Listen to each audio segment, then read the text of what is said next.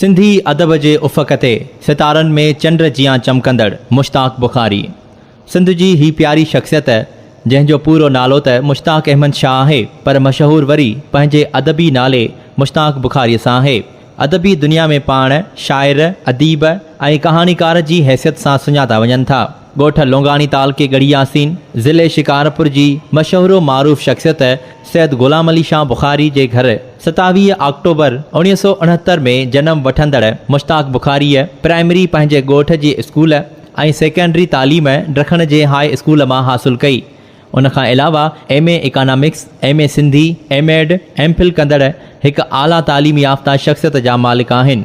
साईं मुश्ताक बुखारी उस्ताद जे मुक़दस पेशे सां 31 मई 1968 खां 31 अगस्त 2017 ताईं वाबस्ता रहिया। 50 सालनि खां बि घटि उमिरि में रिटायरमेंट वरिताऊं। सिंध जे हिन बहितरीन लेखक अदबी मैदान में पेर पाईंदे पंहिंजे लिखण जी शुरूआति 1999 खां कई। संदसि पहिरीं तख़लीक़ ॿाराणे अदब जी शाइरी हुई, जंहिंजा ॿोल हुआ वणनि था ॿोल ॿारनि जा, अछनि भूरनि ऐं कारनि जा, टिलनि टिमकनि ऐं मुर्कनि था निज़ारा ॼण सितारनि जा। संदसि इहा पहिरीं तख़लीक़ हफ़्तेवार अख़बार शब रोज़ शिकारपुर में 1999 में शाया थी ऐं नसर में संदसि पहिरीं ॿाराणे अदब जी तख़लीक़ सुॾका सुॾका ज़िंदगी जे उनवान सां लिखियल कहाणी शिकारपुर मां निकिरंदड़ ॿाराणे रिसाले गुलड़ा में छपी। तंहिं बाद सिंध जे सभिनी मशहूर अख़बारनि ऐं रिसालनि में संदसि मवादु छपजंदो रहियो ऐं मुश्ताक बुखारीअ सिंधी अदब जी दुनिया में हिकु बहितरीन लेखक जी हैसियत माणी। हिन जा हिन वक़्त ताईं 11 किताब छपजी चुका आहिनि ऐं 9 किताब अणछपियल आहिनि। इन्हीअ मां अंदाज़ो करे सघिजे थो त सिंधी अदब में मुश्ताक बुखारी जो वॾो हिसो आहे।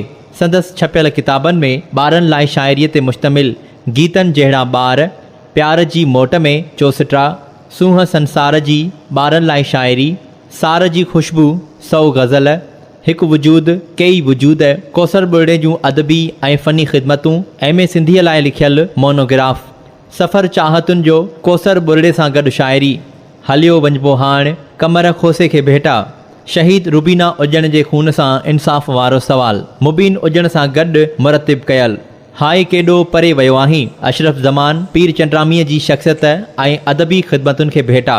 इन्हनि खां अलावा मुबीन उजण सां गॾु मुरतिब कयल गॾियल शाइरनि जी शाइरी जा 2 किताब मोतिन माल्हा ऐं नज़मुनि जा नेण शामिल आहिनि। इन्हनि खां अलावा 9 ॿिया बि किताब तयारु आहिनि जेकी जल्द छपराया वेंदा। सिंध जे बासलाहियत जिदोजहदी ऐं जाखोड़ी किरदार मुश्ताक बुखारीअ केतिरा ई एज़ाज़ बि हासिलु कया। केतिरनि ई इशाअती इदारनि सां वाबस्ता हुजण सां गॾु आजिया पब्लिकेशन रखण जा बानी ऐं रोज़ानी आजिया अख़बार शिकारपुर जा चीफ एडिटर पिणु आहिनि। मुश्ताक बुखारीअ खे पंहिंजी ख़िदमतुनि तौरु जेकी मञताऊं मिलियूं आहिनि उहे बि कंहिं एज़ाज़ खां घटि न आहिनि। कुझु मिलंदड़ मञताउनि ऐं भेटाउनि में मन घुरियो मुश्ताक, मुरतिब अहसान राहू जो, मुश्ताक बुखारी सभ ते भारी, मुरतिब साजिदा जबीन, मुश्ताक जी पारत अथव, मुरतिब साजिदा जबीन। इन्हनि खां अलावा केतिरनि ई अख़बारुनि ऐं मैगज़ीनुनि में संदसि मान में स्पेशल नंबर ऐं सालगिरह नंबर कढिया विया। साईं मुश्ताक बुखारी हमेशा इल्मी तोड़े अदबी मैदान में सदाईं सरगर्म रहिया आहिनि। सिंधी अदबी संगत ॾखण ऐं लोंगाणी शाख़ुनि में अहम उहिदनि ते रहिया। सिंधी अदबी संगत ज़िला शिकारपुर जा 1994 खां 1996 ताईं राब्ता सेक्रेटरी जे उहिदे ते रहिया ऐं निसार बज़मी अदबी संगत में वाबस्तगी रही।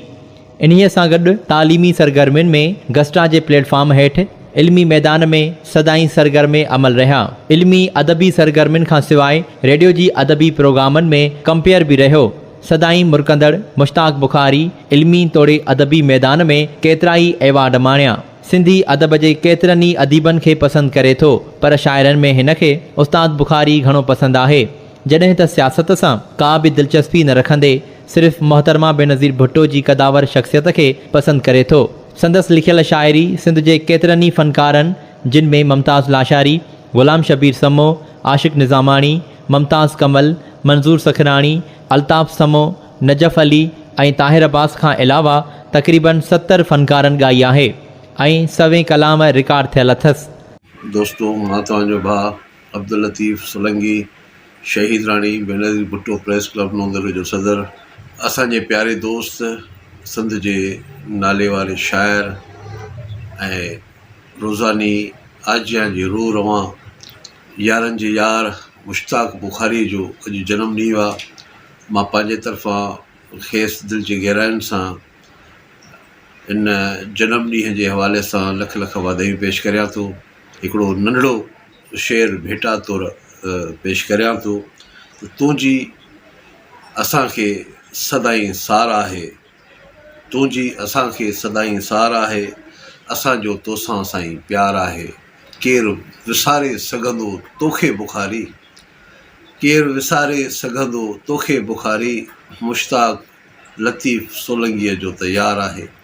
साईं मुश्ताक बुखारी खे वरी बि हिकु भेरो दिलि जे गहराइयुनि सां लख लख वाधायूं पेश कजनि थियूं। अदब जे आकाश ते साईं मुश्ताक बुखारी कंहिं सितारे जी आन पर चोॾीअ जे चंड जियां चमकंदड़ गिरह आहे। मुश्ताक जे नाले पोयां बुखारी सिर्फ़ु ज़ात जो इस्तारो न पर उस्ताद बुखारीअ जे तसलसल जो इशारो पिणु आहे।